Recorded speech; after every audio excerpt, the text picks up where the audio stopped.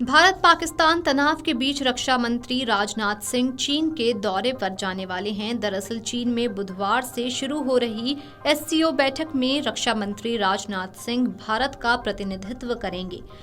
भारत के रक्षा मंत्री राजनाथ सिंह चीन में होने जा रहे शंघाई सहयोग संगठन के सम्मेलन में आतंकवाद पर बड़ा मुद्दा उठाने वाले हैं। भारत लंबे समय से पाकिस्तान समर्थित सीमा पार आतंकवाद के खिलाफ वैश्विक मंचों पर आक्रामक रुख अपना रहा है।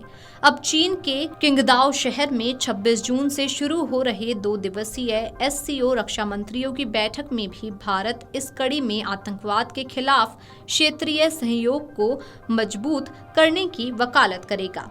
रक्षा मंत्री राजनाथ सिंह इस बैठक में साफ संदेश देंगे कि आतंकवाद और चरमपंथ के खिलाफ पूरे क्षेत्र को एकजुट होकर लगातार और ठोस प्रयास करने होंगे। ये बैठक ऐसे वक्त हो रही है जब करीब 1.5 महीने पहले जम्मू कश्मीर के पहलगाम में हुए आतंकी हमले के बाद भारत ने पाकिस्तानी सीमा में मौजूद 9 आतंकी ठिकानों पर सटीक हमले किए थे। भारत इसे क्षेत्रीय सुरक्षा के लिए गंभीर चुनौती मानता है।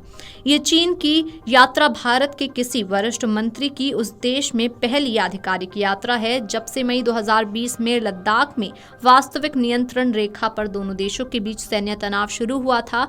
इस तनाव के दौरान गलवान घाटी में जून 2020 में हुई झड़प ने दोनों देशों के रिश्तों में गहरी खटास ला दी थी। ऐसे में राजनाथ सिंह की यात्रा दोनों देशों के बीच संवाद की संभावनाओं पर भी नजर बनाए रखने के लिहाज से अहम मानी जा रही है। सिर्फ राजनाथ सिंह ही नहीं, भारत के राष्ट्रीय सुरक्षा सलाहकार अजीत डोभाल भी इसी समय चीन में एससीओ के शीर्ष सुरक्षा अधिकारियों की बैठक में हिस्सा ले रहे हैं। इससे ये साफ है कि भारत एससीओ जैसे मंच का इस्तेमाल न सिर्फ आतंकवाद बल्कि सामरिक, राजनीतिक और आर्थिक सहयोग बढ़ाने के लिए भी कर रहा है।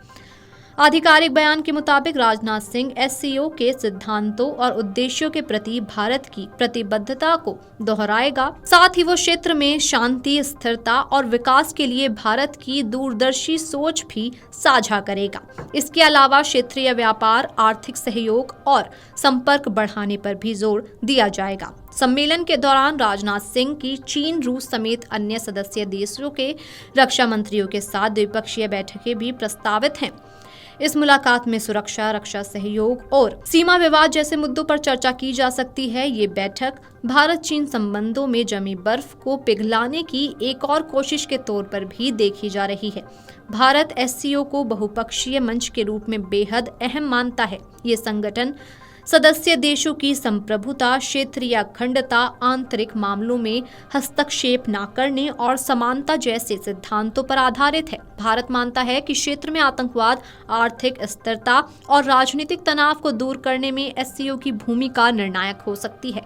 चीन इस समय एससीओ का अध्यक्ष है और बैठक भी उसी की मेजबानी में हो रही है। ऐसे में भारत इस मंच पर अपनी बात मजबूती से रखकर वैश्विक राजनीति में अपनी स्थिति और नीतियों को फिर से स्पष्ट करेगा। खबरों के मुताबिक राजनाथ सिंह की मुलाकात चीन के रक्षा मंत्री एडमिरल डोंग जून से द्विपक्षीय वार्ता के तौर पर भी होगी। इस दौरान दोनों देशों के बीच वीजा नीति, कैलाश यात्रा, जल आंकड़ों का साझा करना और हवाई संपर्क बहाल करने जैसे मुद्दों पर भी चर्चा हो सकती है। दोनों नेताओं की पिछली मुलाकात लाओस में एडीएमएम प्लस शिखर सम्मेलन में हुई थी, जो सीमा विवाद के बाद पहली सीधी बातचीत थी। बता दें कि भारत चीन के बाद पूर्वी लद्दाख में 2020 से सीमा विवाद को लेकर तनाव था।